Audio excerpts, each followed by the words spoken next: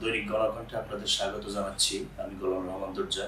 আজকে আমাদের সাথে উপস্থিত রয়েছেন এফবিসিসিআই এর সভাপতি প্রার্থী জনাব জাকির হোসেন নয়ন। আমরা আজকে তার সাথে কথা বলবো। আপনাকে স্বাগতম জানাচ্ছি। ধন্যবাদ। আমরা জানি যে এবারে নির্বাচনে আপনি এফবিসিসিআই নির্বাচনে একজন শক্ত প্রতিদ্বন্দ্বী হিসাবে প্রতিদ্বন্দ্বিতা করার সম্ভাবনা রয়েছে। তো আপনার নেতৃত্বে এফবিসিসিআই কিভাবে সাধারণ ব্যবসায়ী, ক্ষুদ্র ও মাঝারি উদ্যোক্তাদের উন্নয়নে কার্যকর ভূমিকা পালন করবে বলে আপনি মনে করেন? এই প্রশ্নের উত্তর দিতে গেলে আমাকে একটু পেছনে যেতে হবে। সেটা হলো গত 15 থেকে 17 বছর এফবিসিআইতে একটা প্রাতিষ্ঠানিক বিপর্যয় হয়েছিল। সেটা হলো ইচ্ছা মাফিক যাকে ইচ্ছা তাকে নমিনেটেড করে এখানে আনা হয়েছে, প্রেসিডেন্ট করা হয়েছে, এবং ওই প্রেসিডেন্ট ভাইস প্রেসিডেন্টরা বোর্ডরাই সরকারকে জয়যুক্ত হয়েছে বলে সমর্থন দিয়ে গেছে। এই বিসিসিআই যে ট্রেড বডি হিসাবে তার যে ভূমিকা থাকা উচিত ছিল, এগুলি তারা কিছুই করতে পারেনি। ও যে বার্গেইন করবে গভর্নমেন্টের সাথে, ট্যাক্স, ভ্যাট, বাজেট ইত্যাদি প্রণয়নে যে সহযোগিতা করবে, তেমন কোনো কাজ আসলে করতে পারেনি। তারপরে আসেন ধরেন এই বিসিসিআই যে গবেষণা কার্যক্রম, এটা খুবই পুয়ার ছিল। গবেষণাটা আপনার লাগবেই, কারণ পুরো গ্লোবটা এখন একটা ভিলেজ। সারা বিশ্বের আপনার সাথে তাল মিলায় আপনাকে ব্যবসা বাণিজ্য করতে হবে, এবং এই যে গ্লোবাল যে পরিবর্তনের সাথে সাথে অনেক ব্যবসা হারিয়ে যাচ্ছে, অনেক নতুন নতুন ব্যবসা আসতেছে। তো আমাদের দেশের ব্যবসায়ীদেরকে নতুন নতুন ব্যবসার জন্য উপযোগী করে গড়ে তোলা, এই কাজগুলি এফবিসিআই কাজ। গবেষণার কোনো বিকল্প নাই, সেই কাজটাতে এফবিসিসিআই অনেক দুর্বল ছিল। আর্থিক সক্ষমতা একটা জিনিস, নেতৃত্বের দুর্বলতা একটা জিনিস, সেটাও ছিল তাদের ভিতরে।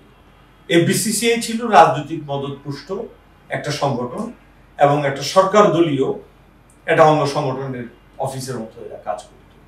আমরা 5ই আগস্টের পরে আমরা যে সমস্ত ব্যবসায়ীরা দীর্ঘদিন নির্যাতিত, নিপীড়িত এবং নির্বাসিত ছিল, সেই সমস্ত ব্যবসায়ীরা আসে আমরা এক হয়ে আমরা একটা মুভমেন্ট শুরু করি। সেখানে হলো যে এই পর্ষদকে ভেঙে দাও এবং সংস্কার করে নতুন নির্বাচন দিয়ে নতুন বোর্ডের কাছে ক্ষমতা হস্তান্তর করো। তো আমাদের বিভিন্ন কর্মসূচি ছিল, ধরেন অবস্থান ধর্মঘট ছিল, আমাদের মানববন্ধন ছিল, আমাদের প্রেস কনফারেন্স ছিল। পাশাপাশি আমরা সরকারের কাছে বোর্ডটাকে ভেঙে দেওয়ার জন্য উপযুক্ত প্রমাণাদি, দালিলিক প্রমাণাদি সহ মন্ত্রণালয়ে আমরা আবেদন করি। মন্ত্রণালয়ে আপনার হলো এটার জন্য গণশুনানি করে বোর্ডটাকে ডিসলভ করে দেয়, এবং আমাদের তখন বৈষম্য বিরোধী সংস্কার পরিষদ, আমাদের ব্যবসায়ীদের একটা পরিষদ গঠন হয়। সেখান থেকে আমাকে আহ্বায়ক হিসাবে সবাই মনোনীত করে। তারপরে আমাদের কাজ ছিল, বোর্ড ভেঙে যাওয়ার পরে আমাদের কাজ ছিল এফবিসিসিআই সংস্কার করাটা। এবং প্যারালালি আমাদের যে প্রশাসক মহোদয় ছিলেন, উনি সারা দেশে ব্যবসায়ীদের সাথে জুম মিটিং করেন এবং তাদের অপিনিয়ন নেন লিখিতভাবে। আমরাও সারা দেশে প্রায় 8টা মিটিং করি, বিভাগীয় শহরগুলিতেও আমরা মিটিং করি, চেম্বার, অ্যাসোসিয়েশন এবং এই মেম্বারদের সাথে, জেনারেল বডির সাথে আমরা মত বিনিময় করে আমরাও 12টা সুপারিশ আমরা তৈরি করি। আর অ্যাডমিনিস্ট্রেটর অফিসিয়ালি এফবিসিআই থেকে উনি 14টা সুপারিশমালা তৈরি করেন সরকারকে দেওয়ার জন্য। এগুলি হলো জেনারেল বডির সারা দেশে আমাদের এফবিসিআই যে মেম্বার, সারা দেশের ওদের থেকে অপিনিয়নগুলি নিয়ে সেগুলিকে কনসাইজ করে ওনারা জমা দেন। এরপরে আমরা বাণিজ্য উপদেষ্টা মহোদয়ের সাথে কয়েক দফা বৈঠক করি। বাণিজ্য উপদেষ্টা মহোদয় আমাদেরকে বলেন যে এতগুলি সংস্কার করা একবারে সম্ভব না, আপনারা এইটাকে কমায় নিয়ে আসেন, বেসিক যেইগুলি না করলেই নয় সেগুলি কমায় নিয়ে আসেন, রেস্ট অফ দি যেগুলি থেকে যাবে সেগুলি নির্বাচিত বোর্ড এসে করবে। তো আমরা আবার বসলাম, তখন এক্সপার্টিস নিয়ে অ্যাডমিনিস্ট্রেটর সহ এবং আপনার হলো সাধারণ পরিষদের নেতাদের, যারা কনস্টিটিউশন, সংঘবিধি এগুলি ভালো বুঝে, এইরকম লোকদের নিয়ে আমরা আবার বসে আমরা 6টা সুপারিশমালা চূড়ান্তভাবে মন্ত্রণালয়ে প্রেরণ করি। সেই 6টার রিফ্লেকশন পরবর্তীতে আসে আপনি জানেন যে বাণিজ্য সংগঠন আইন 2022 এটা গেজেট আকারে প্রকাশিত হয় 2022 সালে, এটা সংসদের আইন।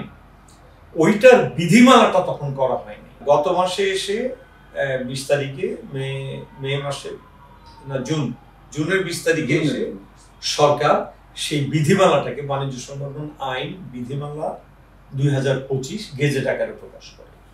তো ওই গেজেটে আমরা সরকারকে আমরা অভিনন্দন জানাই যে আমাদের শেষের যেই 6টা দাবি আমরা সরকারের কাছে দিয়েছিলাম সেগুলির প্রতিফলন এখানে ছিল।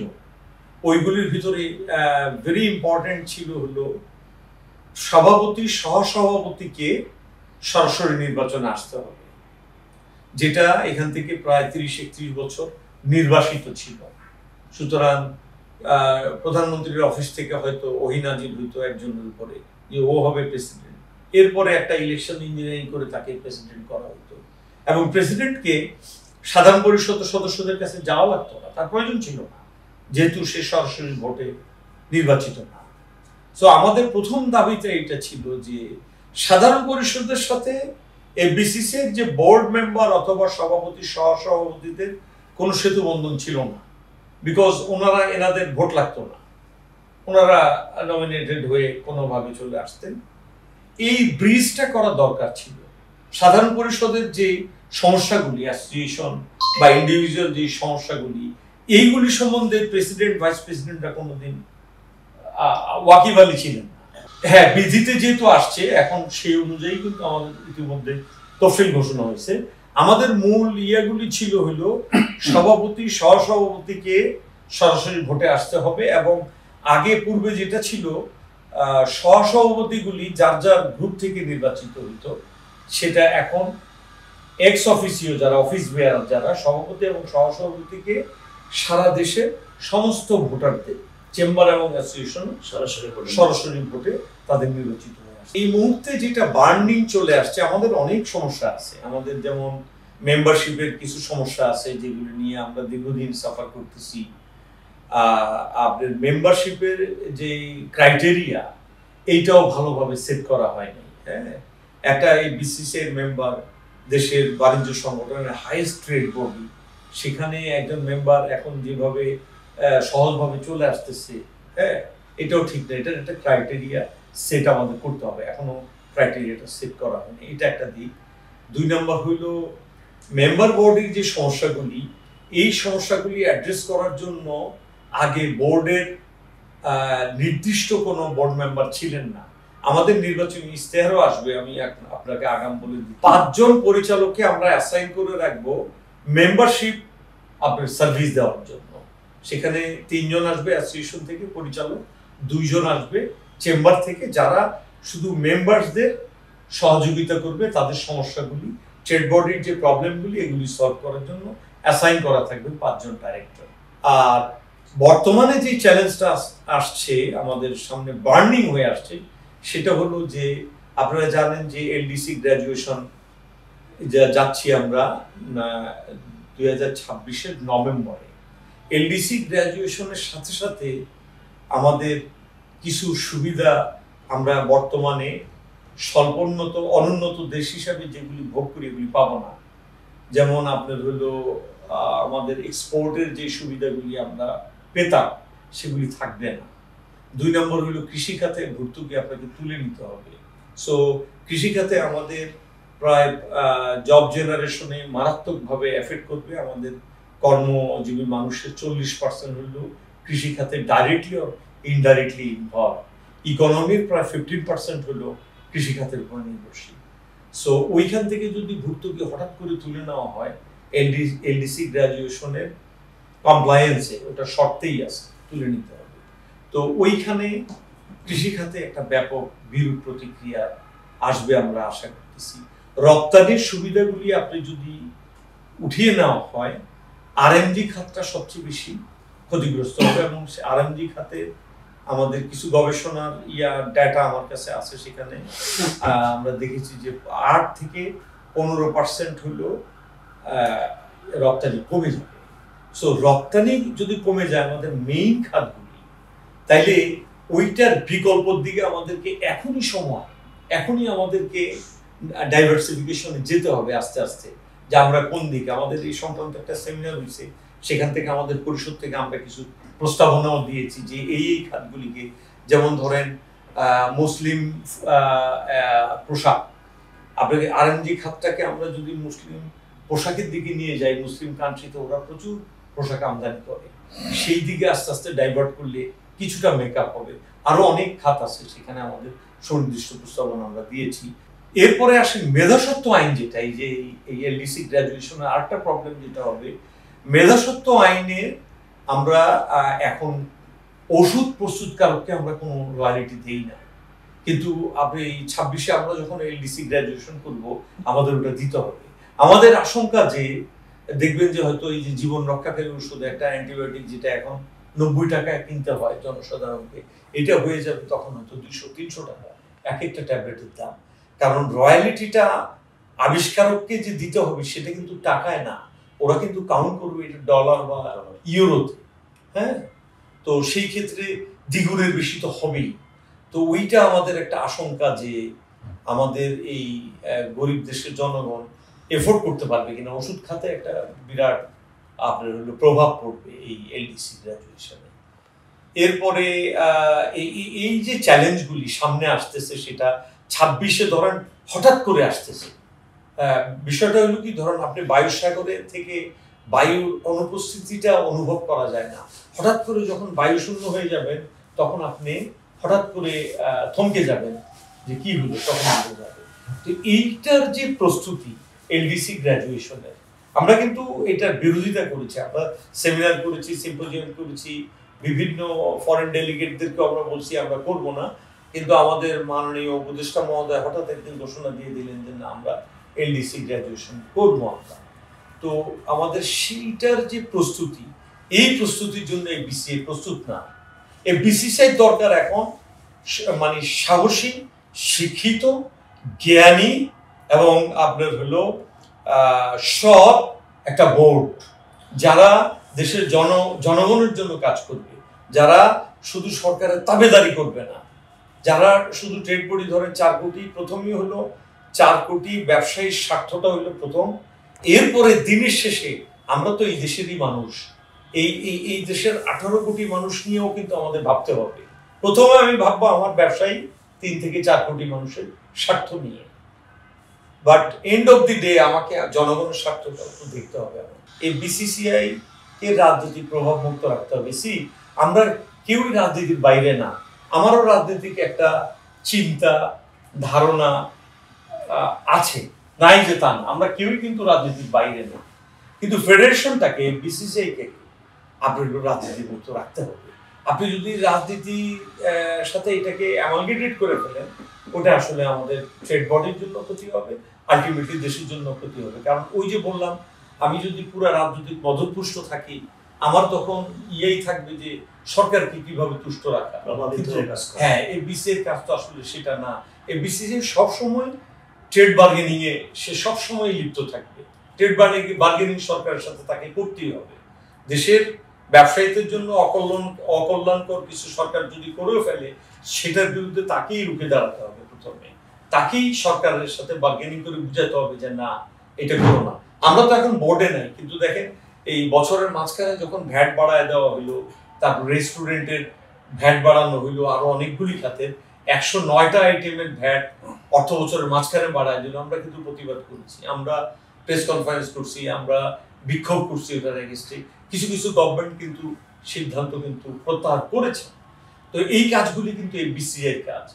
এই যে রেট অফ ইন্টারেস্ট দেখেন 16 হয়ে আছে, এটা অ্যাডজাস্ট করবে কি? এটা এই বিসিআই কি করতে হবে, কারণ 16% সুদের হার কোনো দিন ব্যবসা বান্ধব না। কারণ মুক্ত বাজার অর্থনীতিতে আমার ক্ষুদ্র ব্যবসায়ী যারা, এরা লাভই করে 12%। তাহলে ও যদি 16 ব্যাংকেই দিতে হয়, তাকে লাভ করতে হয় 30%। 30% প্রফিট আমাদের দেশে কোনো ব্যবসায় নাই। পূর্ণ প্রতিযোগিতামূলক বাজারে 30% প্রফিট করা যায় না। তাইলে আমরা রাষ্ট্রীয়ভাবে এটাকে 16 রাখার অর্থ হইল, সে যদি প্রফিট করে 12, তাকে অসৎ হওয়ার দিকে আমরা ঠেলে দিচ্ছি। সে হয়তো মাপে কম দিবে, অথবা চালের সাথে পাথর মিশাবে, যেটা নিশ্চয়ই তা না যে একটা।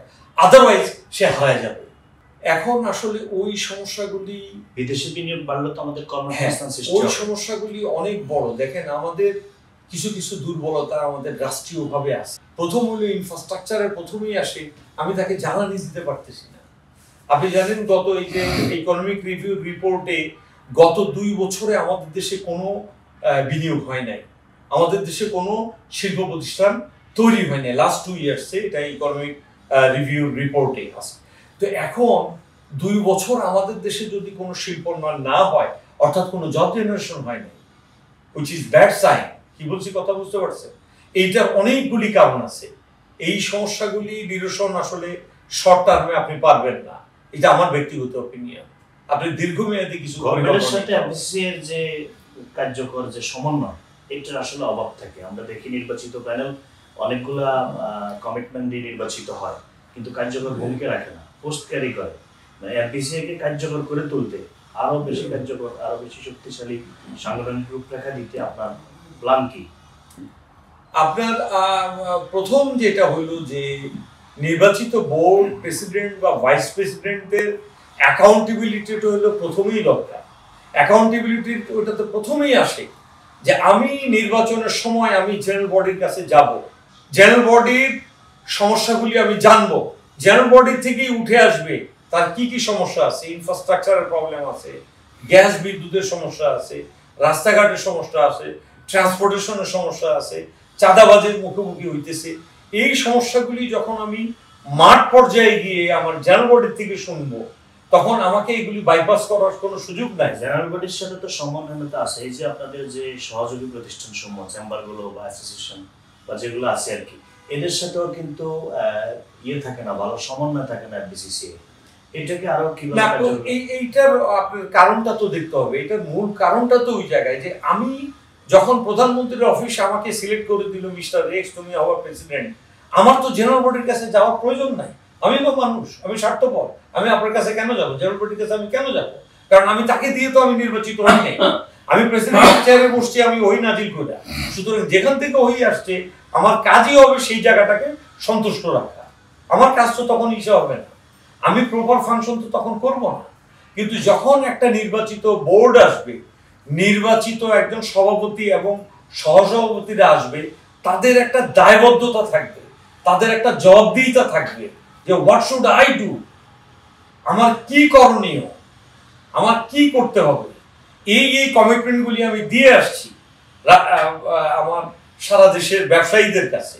সো ওই কাজগুলি তো আমাকে করতে হবে, যেহেতু আমি কমিটেড যে আমি এই কাজগুলি করব। সুতরাং আপনার ব্যবস্থাপনার ভিতরে, সংঘবিধির ভিতরেই গলদ ছিল। আমরা হ্যাপি নির্বাচনে আমরা অংশগ্রহণ করছি, নির্বাচনে জয় এবং পরাজয়ের বাইরে কিছু নাই। থার্ড পজিশন, রোল নাম্বার 3 হওয়ার কোনো সুবিধা নাই এখানে। জয় এবং পরাজয়, জয় পরাজয় নিয়ে আমি মোটেই অডিট না, যে কোনো একটা কিছু হবে, বিজয়ী হব বা পরাজিত হব।